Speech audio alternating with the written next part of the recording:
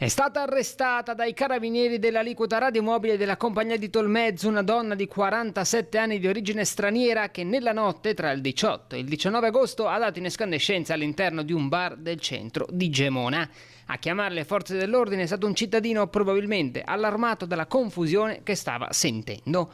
La situazione infatti stava letteralmente sfuggendo di mano, con la donna, residente nel Gemonese, che in forte stato di agitazione dovuto probabilmente al consumo di bevande alcoliche avrebbe iniziato a danneggiare gli arredi e i suppellettili del bar, scagliandoli violentemente a terra. Necessario quindi l'intervento dei carabinieri con il supporto anche del personale sanitario del 118. La donna però, alla visione dei militari dell'arma, si sarebbe rifiutata di fornire le proprie generalità. La situazione sarebbe quindi ulteriormente degenerata fino all'opposizione ai carabinieri stessi, che erano intervenuti per riportare la situazione sotto controllo. Dopo essere stata accompagnata in caserma, la donna è stata arrestata.